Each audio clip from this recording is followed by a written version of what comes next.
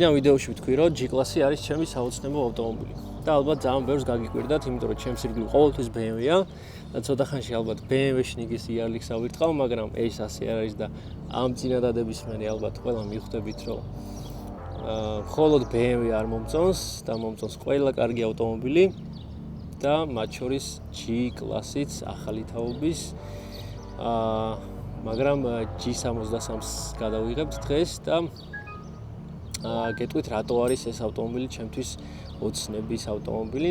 პირველ რიგში იმიტომ რომ ჯერჯერობით გარკვეული მიზნების გამო ამ ავტომობილს ვერ ყიდულობ, იმიტომ რომ ღირს თითქმის 9 მილიონი ლარი და გამორიცხულია დღეს თქვენ G-კლასი იყიდოთ იაფად, ერთ-ერთი ავტომობილი ალბათ რომელიც საკმაოდ რთული საყიდელია, თუმცა მიუღწეველი არაფერი არ არის და ეს ის ავტომობილია, რომლის დანახვისას ყოველთვის მინდება და არ ნელდება ჩემი სურვილი ამ მანქანის ყოლის, არ ვიცი რატო მომწონს ეს ავტომობილი ასე და ვფიქრობ, რომ ახალი თაობის G ბევრად უფრო წინ დგას ვიდრე ძველი თაობის G, თუმცა არიან მოყვარულები და მოწონთ მხოლოდ ძველი G-კლასი და ახლას არ აღიარებენ, მაგრამ ჩემი აზრით ეს ავტომობილი ბევრად წინ დგას ძველთან შედარებით და თუ იმე იქ გეტყვით, რომ გამავლობა არ აქვს ისეთი ან რაღაც სისულელია, ან თუნდაც ვინმე თუ გეტყვით, რომ ეს ავტომობილი უფრო საიმედო არ არის, ეგეს არ დაიჯეროთ და არ გეგონოთ, რომ დღეს ამ მანქანას ჩვენ ტალახში ვათრევთ. ეგ უკვე ბევრმა გააკეთა, მაგალითად ვისლინ დიზელმა ამ მანქანას ისეთი გამოცდა მოუწყო, რომ განსაკუთრებით აი მაგ ვიდეოების შემდეგ ეს ავტომობილი უფრო და უფრო შემიყვარდა და ვფიქრობ, რომ ეს ავტომობილი არის ერთ-ერთი ყველაზე საიმედო მანქანა, რომელიც გამოდის და საიმედო Mercedes-ი ყველა Mercedes-ებს შორის და მოგიყვებით დღეს თუ რატოა ეს ასე.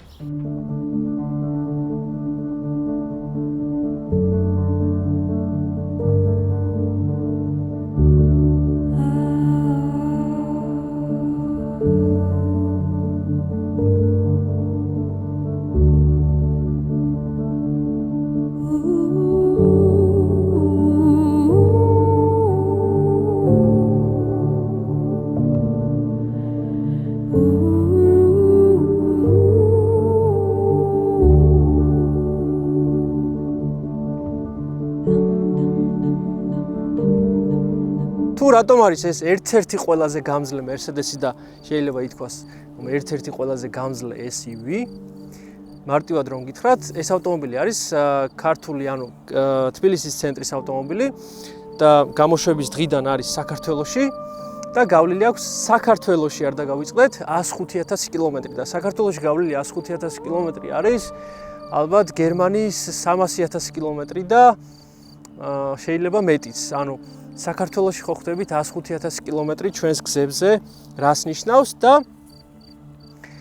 არაფერი ამ ავტომობილში არ არის, ანუ ისეთი ტექნიკურად არასდროს არაფერი არ გაფუჭებია, ძრავი კოლოფი ქარხნული აქვს, არც დანასერვისები არ არის და ხიდებიც კი არის ქარხნულ მდგომარეობაში და მანქანას არაფერი არ აწუხებს საერთოდ და ყველაზე მთავარი ეს ავტომობილი არის არაქარხნულ მდგომარეობაში, ანუ აქ გვაქვს 570 ცხენის ნაცვლად 730 ცხენის ძალა stage 1 და ამ 105,000 კილომეტრის განმავლობაში ამ მანქანას თითქმის 5ჯერ აქვს ჩვენს ქართულ დრაგში მონაწილეობა მიღებული. ანუ წარმოიდგინეთ ამ მანქანის გამძლეობა. შეიძლება ეს არაფერს არ ნიშნავდეს, მაგრამ იყოს ავტომობილი ამ გარბენზე მით უმეტეს თავიდან ბოლომდე საქართველოში და არ აწუხებდეს არაფერი, არ ვიცი. ერთადერთი რაც არ მომეწონა ინტერიერში, ოდნავ აი რაღაც ჭრიჭინის ხმა მესმის წინ დაფაში. ესეთი პატარა პრობლემები ყველა ავტომობილს აქვს. თავიდანვანებოთ იმას, რომ ამ გარბენზე ავტომობილი შეიძლება ქარხნიდან გამოყვანილ ავტომობილს ჰქონდეს პატარა დეფექტები და ამ ყველაფერს რა თქმა უნდა, ამ ყველაფრის გაკეთება რა თქმა უნდა შეიძლება და ამის გამო არ შეიძლება რომ მანქანა დავიწუნოთ. სხვა რა ხარისხი ძალიან მომწონს, ემოციები ძალიან მომწონს, შეიძლება გადაფასებული იყოს, არ უნდა ღირდეს ამდენი, მაგრამ როცა მოხვდებით ამ ავტომობილში და 5 წამითაც კი 5 წამით უბრალოდ გაიარეთ და მიხვდებით თუ რატო ღირს ეს ავტომობილი ამდენი იმხელა ემოციას გაძლევთ, იმხელა ბრუტალიზმი აქვს ამ ავტომობილს, რომ ზუსტად მაგიტომაც ღირს ეს ფასი და თქვენ ამ თანხას იხდით ამ მანქანისგან მიღებულ ემოციაში და არა იმაში, რომ რაღაც აქ არის გამოყენებული ტყავი, ხარისხიანი დეტალები და ასე შემდეგ. მიუხედავად იმისა, რომ დიდი გაბარიტები აქვს ამ ავტომობილს, ისე ზიხართ, შიგნით გონიათ, რომ საკმაოდ პატარა ავტომობილია და ყველა წერტილს კარგად აკონტროლებთ, ანუ ხედვის არეალი გაქვთ ზე იდეალური და საერთოდ არ გიქმნით დისკომფორტს ის, რომ ეს ავტომობილი საკმაოდ გაბარიტულია და წამოდით სალონში ხა რამოდენიმე დეტალს განახებთ, რაც ძალიან მომწონს. აბიუკები არის ზე იდეალურად შესრულებული, ეს წითელი კარბონი, რომელიც ასევე ძალიან ლამაზია. ყველა თითოეული დეტალი ამ ავტომობილში არის ხარისხიანად შესრულებული და გვაქვს სასწაული აპარატურა, უკრავს ძალიან მაგრად, აქ გვაქვს Burmeisteris high-end-ი, ერთ-ერთი ყველაზე მაღალი ხარისხის საუნდ სისტემა. არ შეიძლება რომ არ ვახსენო, აი ეს დაკეტვის ხმა, რაც შეინარჩუნეს და დატოვეს ძველი G-კლასიდან. ეს ჩხაკუნის ხმა, ავტომატის გადატენვის ხმას გავს და სავარაუდოდ აი ეს დეტალები იმიტომ დატოვეს ესე და არ დამალეს კარებში, რომ შეინარჩუნებინათ ის ხმა.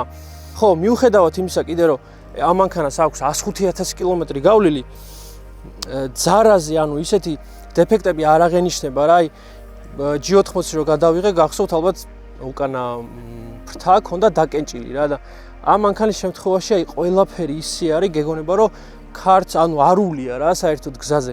ნუ ერთადერთი ეს ფეხის დასადგამია გაცვეთილი, ნუ ეს ბუნებრივია, გაიცვითებოდა და ნუ აქაც ფეხის დასადები ეტყობა ეცვითება. ამას მინუსში ვერ ჩავთვლით ვერანაირად. ხო, რაც შეეხება უკანა სივრცეს, ჩვეულებრივი ჩასაჯდომა ცოტა არაკომფორტულია, იმიტომ რომ მაღალია ავტომობილი, მაგრამ ზურგი საკმაოდ კარგად არის, ანუ საკმაოდ ისე კომფორტულად ზიხართ ამ ავტომობილში, არ გაქვთ დისკომფორტის შეგრძნება და ყველაზე ძალიან რაც მომწონს ინტერიერში, ჭერი არის ძალიან მაღალი, ან ჩემი თავის ზემოთ შეხედეთ რამხელა ადგილია რა. ასევე გვაქვს უზარმაზარი საბარგული. ერთი ფეხის გადმოდმით შეიძლება გადმოსვლა. აუ რა ხმა აქვს დაკეტვას პროსტა.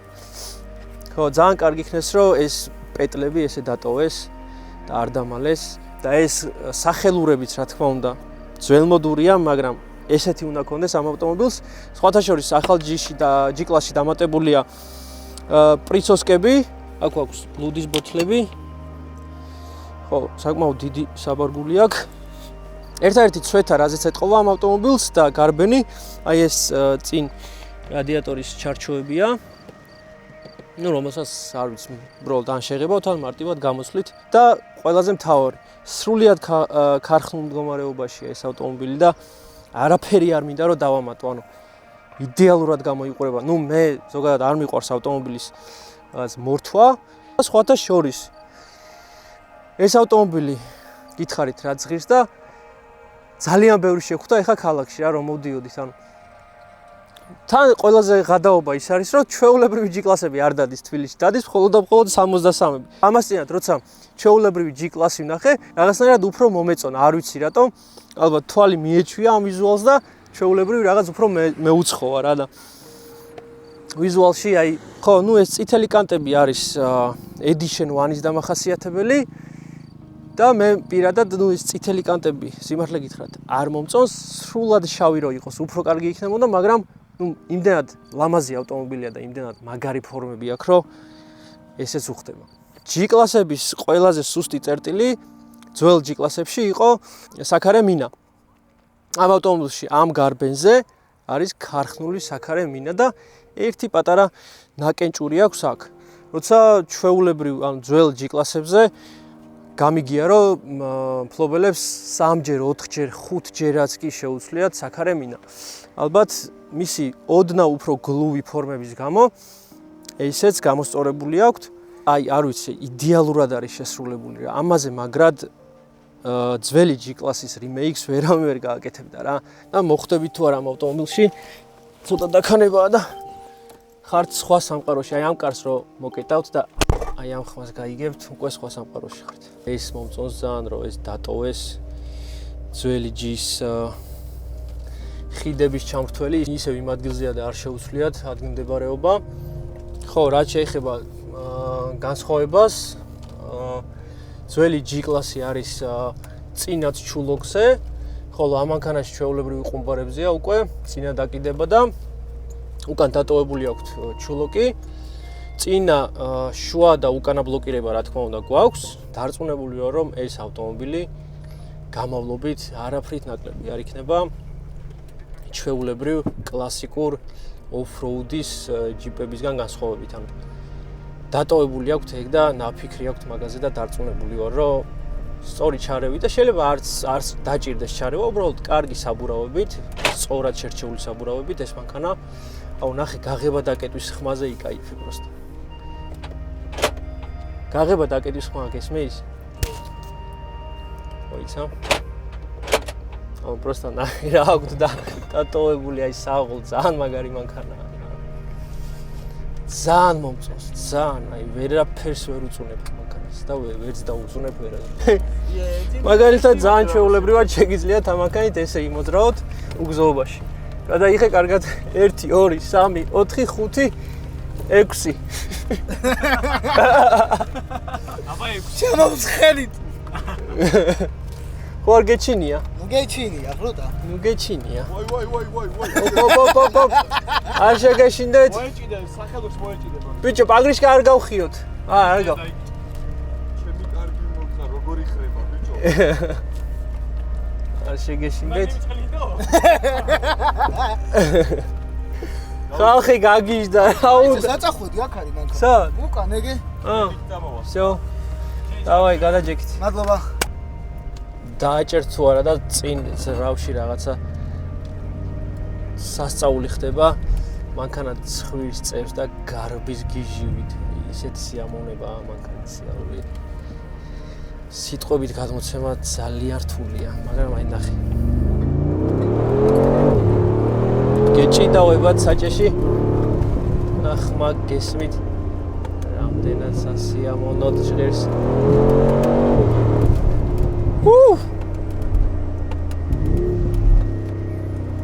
მოსახვევი არ არის ამ მანქანის ძლიერი მხარე, მაგრამ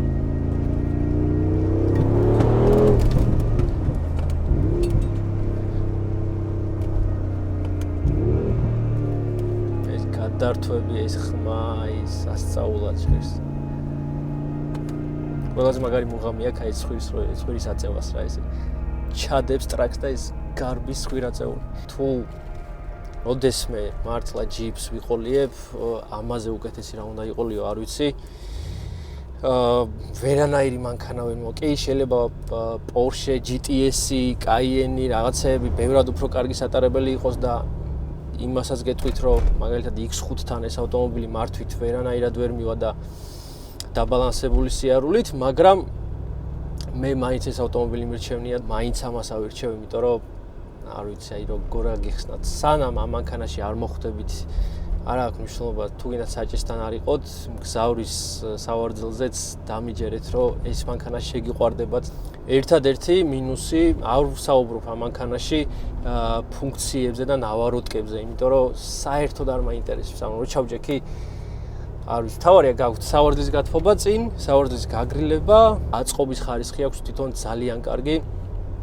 ერთადერთი ხო აი ეს არ მომეწონა. საკმაოდ ისეთი არა, უხარისხო მატერიითაა ეს გაკეთებული. ნუ რას ვიზამთ, ავტომობილს ამდენი პლუსი აქვს და ეს პატარა რაღაც უნდა ვაპატიოთ რა. თუმცა როგორ გამორჩათ არ ვიცი, იმიტომ რომ ბევრ ისეთ დეტალზე აქვს ნაფიქრი და ბევრი ისეთი დეტალი აქვს ხარისხიანად გაკეთებული, რაც სხვა ავტომობილებში მაგალითად მაკლია რა და ეს პატარა რაღაც ალბათ გამორჩათ.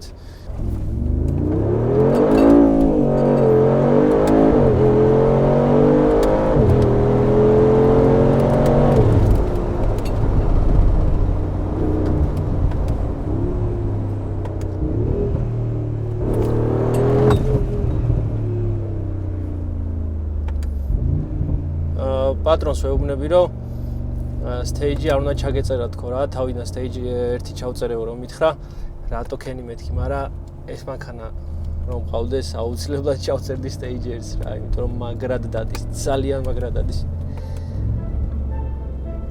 ეთყობა რომ არა ქართული.